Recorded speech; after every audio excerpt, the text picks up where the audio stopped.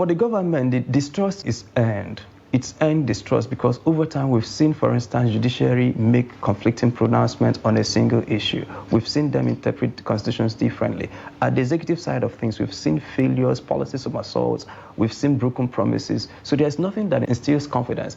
At the legislative side of the equation, it's even worse that Nigerians now see their legislature as rubber stamp. But even today, I now argue that this 10th or is it 11th National Assembly have taken away both the rubber and the stamp, that these men are now president's choir band leaders, that this is what they have reduced the National Assembly, Nigeria's National Assembly, largest democracy in Africa, that the parliament is now reduced to the president's cheerleaders. That's where we are. So why should Nigerians trust these institutions? But move away from that, because these people did not fall from heaven. Tinubu did not fall from heaven. If you have a nation where people don't obey traffic lights, if they become presidents, they will not obey your laws. If you have a constitution where people don't even obey queues at the bank, anywhere, how do you think that they can conduct themselves in an orderly manner when you give them power and influence? So you see that what is happening in the government is a reflection of what we are or where we are in our developmental journey. Development is a growth process.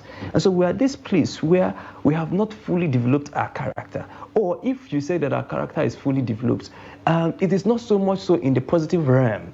And so what you see happening is happening with your tailor, for instance. You can't ask him, I have a wedding next weekend. You will have to fight for your clothes to be delivered on time. If you send a car to the mechanic today, you have to police them to do their jobs. Trust, which is a fundamental aspect of any working society, has completely gone out the window.